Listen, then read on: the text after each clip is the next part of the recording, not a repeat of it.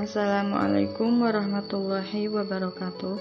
Perkenalkan, kami dari kelompok 1 yang beranggotakan saya sendiri Ayu Kurniasi, yang kedua yaitu Kiki Rizky Amalia, yang ketiga yaitu Aditya Wiguna, akan menjelaskan materi tentang berpikir dalam konteks matematika melalui berpikir kritis, kreatif, logis, dan reflektif. Tujuan pembahasannya yang pertama yaitu untuk mengetahui pengertian berpikir, yang kedua yaitu untuk mengetahui bagaimana berpikir matematika, yang ketiga yaitu untuk mengetahui bagaimana dimensi dalam berpikir matematika, yang keempat yaitu untuk mengetahui kemampuan berpikir matematika. Langsung saja, yang pertama yaitu pengertian berpikir. Apa sih berpikir itu? Berpikir adalah sebuah proses mencari informasi, baik dari luar ataupun dari diri, untuk mengolah, menyimpan, dan menyimpulkan kembali informasi dari ingatan siswa yang dimulai dengan berbagai aktivitas.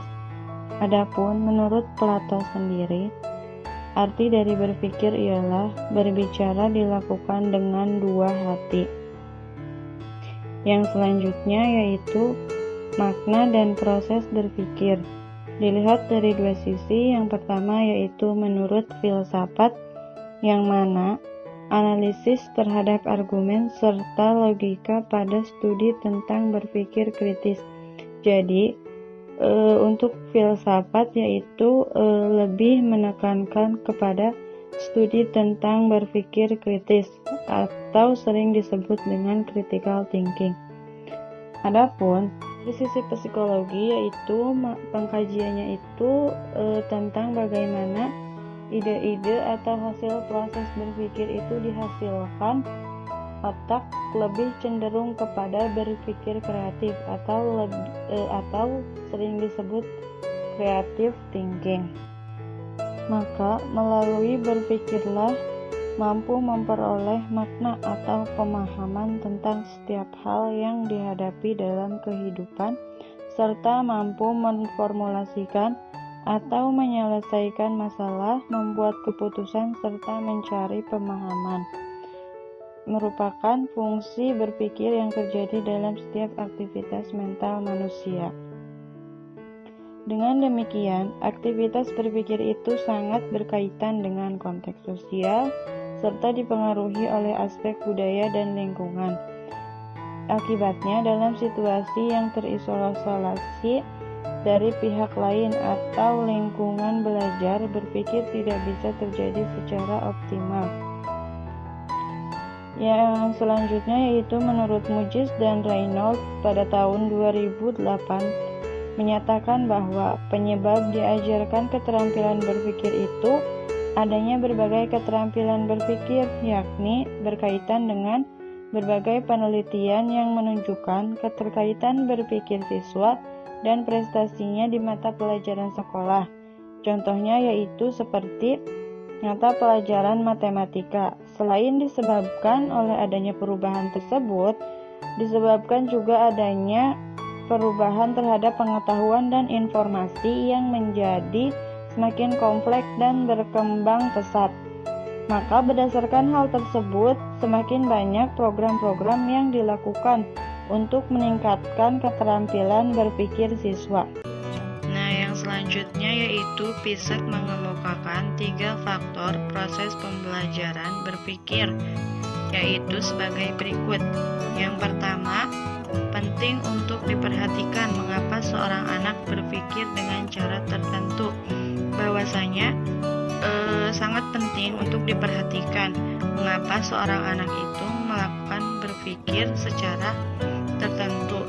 Yang kedua yaitu perlu diingat bahwa berpikir itu adalah berbuat, dan dengan demikian merupakan suatu proses yang aktif, yang mana proses pembelajaran berpikir itu sangat penting untuk diingat karena merupakan suatu proses yang aktif. Yang ketiga yaitu Untuk dapat mengungkapkan potensi yang mereka miliki, maka perlu bagi anak untuk melakukan eksplorasi tentang konsep-konsep kunci tertentu. Nah, proses terjadi berpikir itu merupakan suatu faktor penting untuk melakukan pembelajaran berpikir, karena keberhasilan itulah yang akan berpengaruh terhadap pengembangan kecerdasan atau intelijensi seseorang. Poin selanjutnya yaitu berpikir matematika. Berpikir matematis bermakna pada saat ini dan dalam konteks pembelajaran merupakan modal dasar. Secara umum, pembelajaran abad 21 ini menggeser paradigma yang memberikan ruang gerak lebih luas pada aspek perkembangan dan tugas belajar siswa sebagai subjek pembelajaran. Implikasi yang muncul dalam konteks sehingga perlu adanya pengoptimalan pada proses pembelajaran dalam prinsip-prinsip pembelajaran kurikulum 2013 merupakan pengembangan High Order Thinking Skill (HOTS). Nah, berpikir matematis inilah yang diartikan sebagai proses dinamis yang memungkinkan untuk meningkatkan kegitah untuk dilakukan secara individu. Hal ini dikarenakan kemampuan berpikir matematis dapat mendukung kehidupan dalam lingkup ilmu alam, teknologi, ilmu ekonomi, bahkan dapat membangun kehidupan ekonomi. Dalam berpikir matematik, seseorang perlu memiliki yang pertama pengetahuan yang mendalam tentang matematika, yang kedua kemampuan meregeneralisasi, yang ketiga pengetahuan tentang strategi yang akan digunakan. Selanjutnya menurut Stekey juga menyebutkan proses yang dilalui seseorang dalam berpikir matematika, yaitu indikatornya tersusun pada 4 proses sebagai berikut. Nah, yang pertama, yang paling atas itu dinamakan specializing, artinya mengkhususkan. Nah, dalam mengkhususkan ini terdapat 2 indikator. Yang pertama, mengidentifikasi masalah. Kemudian yang kedua, menyusun dan mencoba berbagai strategi yang mungkin. Selanjutnya, yang sebelah kiri, di situ ada generalizing, yang artinya meregeneralisasi. Nah, dalam meregeneralisasi terdapat 2 indikator. Yang pertama, merefleksikan ide atau gagasan yang dibuat. Kemudian yang kedua, memperluas cakupan hasil yang diperoleh. Nah, kita lihat teman-teman yang sebelah kanan. Di situ ada yang ketiga, itu ada conjecturing, yang artinya menduga. Nah, dalam menduga kita memiliki 1 indikator, yaitu menganalogikan pada kasus yang sejenis. Kemudian yang terakhir kita lihat yang bagian bawah. Di situ yang keempat ada convincing, yang artinya meyakinkan. Nah, terdapat 3 indikator dalam proses meyakinkan. Yang pertama ada mencari alasan mengapa hasil yang diperoleh bisa muncul. Kemudian yang kedua indikatornya yaitu membentuk suatu pola dari hasil yang diperoleh. Dan yang ketiga membentuk kebalikan dari pola yang telah terbentuk. Dimensi berpikir matematika. Kita langsung saja masuk ke pembahasan. Yang pertama, kemampuan berpikir matematika merupakan bentuk akumulasi dari konsep berpikir secara matematik yang mengindikasikan bahwa adanya pengembangan kemampuan. Yang pertama itu pemahaman matematik, yang kedua pemecahan masalah matematika, yang ketiga penalaran matematik, yang keempat koneksi matematika, yang terakhir komunikasi matematika. Oke, langsung saja. Di sini saya akan menjelaskan tentang pemahaman matematika. Pemahaman matematika berkaitan dengan kemampuan siswa dalam menjawab suatu pertanyaan matematis yang disertai dengan alasan.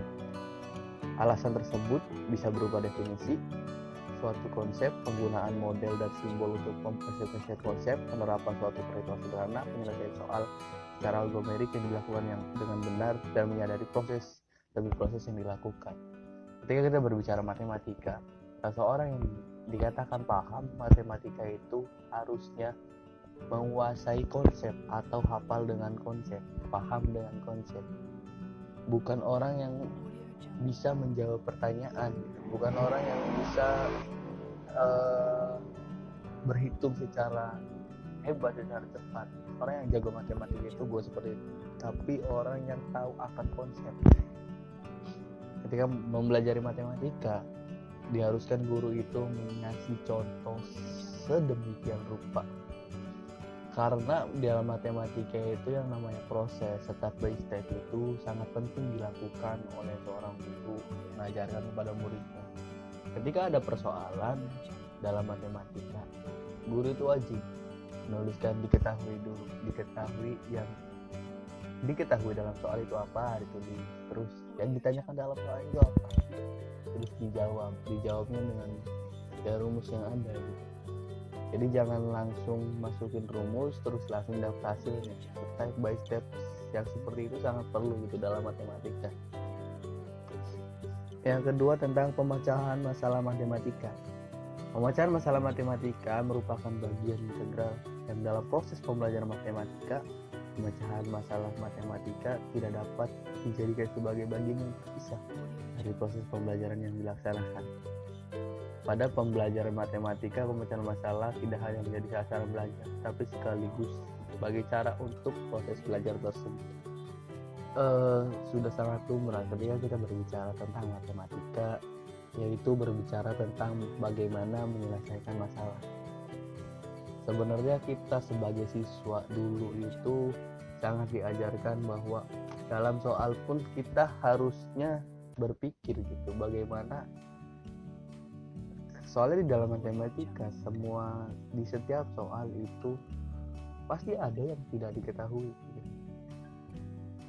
Pasti ada, dan kita harus mencari bagaimana menyelesaikan permasalahan tersebut. Kalau kita mengetahui konsep, lagi-lagi kebalikan konsep, kita akan bisa menjawab persoalan matematika. Kalau kita cuma bisa ngitung, kita tidak memahami akan konsep matematika itu, bagaimana kita dapat menghitung, bagaimana kita dapat melanjutkan penghitungan tersebut kalau kita tidak memahami konsep yang ada di soal itu gitu. Selanjutnya tentang penalaran matematika. Penalaran matematika menurut para ahli, menurut Rudi, mendefinisikan bahwa penalaran matematika adalah penalaran tentang dan dengan objek matematika. Oleh karena itu, pernyataan tersebut bahwa dapat diartikan bahwa penalaran matematika merupakan suatu penalaran mengenai objek matematika. Dalam hal ini dimaksud cabang-cabang matematika seperti statistika, aljabar, geometri, dan yang lainnya. Penalaran matematika adalah tentang objek matematika yang diperlukan untuk menarik kesimpulan atau membuat suatu pernyataan baru. Oke, jadi ketika kita berbicara tentang penalaran matematika, siswa itu harus lebih kreatif lagi gitu. Guru itu harus membuat siswa lebih kreatif. Oke, saya punya persoalan gitu. Untuk menentukan hasil 7 ditambah 8 berdasarkan pengetahuan yang siswa miliki, yaitu 7 tambah 7 sama dengan 14. Maka siswa dapat diharapkan menyimpulkan bahwa 7 tambah 8 adalah sama dengan 14 ditambah 1 atau sama dengan 15. Jadi sejalan dengan contoh yang saya sebutkan tadi, terjadi proses penarikan kesimpulan dari beberapa fakta yang telah diketahui siswa. Yang kayak telah diketahui siswa itu tadi 7 ditambah 7 sama dengan 14. Penalaran merupakan proses berpikir yang berusaha menghubung-hubungkan fakta-fakta atau evidensi yang diketahui menuju pada suatu kesimpulan. Kan tadi di sini contohnya 7 tambah 7 sama dengan 14. Siswa sudah tahu pemahaman itu, maka siswa diharapkan ketika menghasilkan 15, sebelum 7 ditambah 8 adalah sama dengan 14 tambah 1. Karena 7 tambah 7 itu sama dengan 14. Siswa itu sudah mengetahui 7 tambah 7 sama dengan 14. Dan ketika 7 ditambah 8, berarti yang dari 8 itu ada yang nambah 1. Berarti 14 ditambah 1 itu sama dengan 7 ditambah 8. Seperti itu gitu. Kalau penalaran matematika dalam arti seperti itu. Terus yang selanjutnya ada tentang koneksi matematika. Kemampuan koneksi matematika adalah kemampuan untuk mengkaitkan satu ide atau gagasan dengan ide atau gagasan yang lain dalam lingkup yang sama atau beda atau pada lingkup yang lain. Menurut siswa yang memiliki kemampuan koneksi matematis, maka pemahaman terhadap matematikanya akan semakin dan bertahan lama. Seperti itu dikatakan Surenko. Kalau menurut saya itu bagaimana kita bisa memahami suatu konsep yang baru itu pasti ada yang berkaitan dengan suatu konsep yang lama. Ketika kita belajar matematika seperti itu, jangan sampai ketika kita mempelajari materi yang baru kita itu akan melupakan materi yang lama, karena dalam matematika itu pasti ada yang berkaitan, pasti ada konsep yang berkaitan. Nah, ketika konsep-konsep yang berkaitan itu mampu kita kuasai semua, kita nanti akan terbiasa dalam mengisi soal-soal pada matematika gitu. Terus ya selanjutnya komunikasi matematika.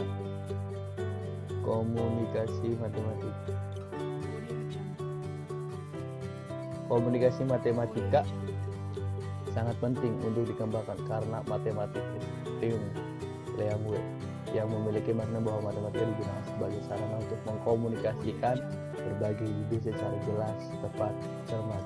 Karena matematika learning is activity yang bermakna bahwa matematika digunakan dalam aktivitas sosial mewadahi terjadinya interaksi antar siswa ataupun interaksi guru dan siswa. Karena komunikasi matematika itu ada yang secara lisan dan ada juga yang secara lisan dan tulisan. Ketika kemampuan komunikasi matematika yang baik, komunikasi secara lisan itu contohnya seperti diskusi dan menjelaskan matematika. Dan sedangkan komunikasi acara tulisan itu mengungkapkan ide matematika melalui grafik, melalui tabel, melalui persamaan ataupun dengan bahasa matematika sendiri gitu. Kemudian poin yang keempat yaitu kemampuan berpikir matematika. Teman-teman, mungkin kita sudah pernah tahu istilah yang berkaitan dengan berpikir matematik. Antara lain kemampuan matematik, keterampilan matematik, melaksanakan proses matematik, dan tugas matematika. Nah, berpikir matematik diartikan sebagai melaksanakan kegiatan atau proses matematika. Nah, dalam berpikir matematika dibagi menjadi 4, yaitu yang pertama ada kemampuan berpikir kritis. Kalau kritik kan dapat diartikan sebagai memberikan pertimbangan, mencela, mengecam, dan berusaha menemukan kesalahan pemikiran orang lain kemudian menolaknya. Betulkah teman-teman? Iya. Nah, kemudian sikap dan jalan pemikirannya itulah yang disebut kritis. Kemudian disebut kritikus apabila orang tersebut mempunyai sikap dan pola pikir yang kritis. Nah, jadi berpikir kritis adalah berpikir reflektif yang berfokus pada keputusan apa yang diyakini atau apa yang dilakukan. Yang kedua, ada kemampuan berpikir kreatif. suatu proses yang digunakan ketika kita ingin mendatangkan atau memunculkan suatu ide baru. Nah, ini teman-teman yang dinamakan berpikir kreatif. Kemampuan berpikir kreatif menurut Wilson memiliki ciri-ciri sebagai berikut, yaitu yang pertama ada kelancaran, yang kedua ada fleksibilitas, yang ketiga ada elaborasi, yang keempat orisinalitas, yang kelima kompleksitas, yang keenam keberanian mengambil resiko, yang ketujuh imajinasi, yang kedelapan rasa ingin tahu. Nah, itulah teman-teman 8 ciri-ciri berpikir kreatif. Kemudian yang ketiga ada kemampuan berpikir logis. Teman-teman, mungkin kita pernah tahu bahwa logis dapat diartikan sebagai sesuatu yang sesuai dengan logika, benar menurut penalaran, dan masuk akal. Nah, teman-teman, menghafal hanya mengacu pada pencapaian kemampuan ingatan belaka, sedangkan berpikir logis lebih mengacu pada pemahaman pengertian. Intinya sih dapat dimengerti. Kemudian kemampuan aplikasi, kemampuan menganalisis, kemampuan sintesis, bahkan dapat mengevaluasi untuk membentuk kecakapan atau suatu proses. Jadi, berpikir logis itu memiliki perbedaan dengan menghafal. Kemudian yang keempat ada kemampuan berpikir reflektif. Perlu kita ketahui teman-teman, terdapat 5 komponen yang berkenaan dengan kemampuan berpikir reflektif. Di antaranya yang pertama, merasakan dan mengidentifikasi masalah. Yang kedua, membatasi dan merumuskan masalah. Yang ketiga, mengajukan beberapa kemungkinan alternatif solusi pemecahan masalah. Yang keempat, mengembangkan ide untuk memecahkan masalah dengan cara mengumpulkan data yang dibutuhkan. Dan yang kelima yaitu melakukan tes untuk menguji solusi pemecahan masalah dan menggunakannya sebagai bahan pertimbangan membuat kesimpulan. Nah, itulah teman-teman bagian-bagian dari kemampuan berpikir matematika. Mungkin cukup sekian penjelasan dari kelompok kami. Kurang lebihnya mohon maaf. Wassalamualaikum warahmatullahi wabarakatuh.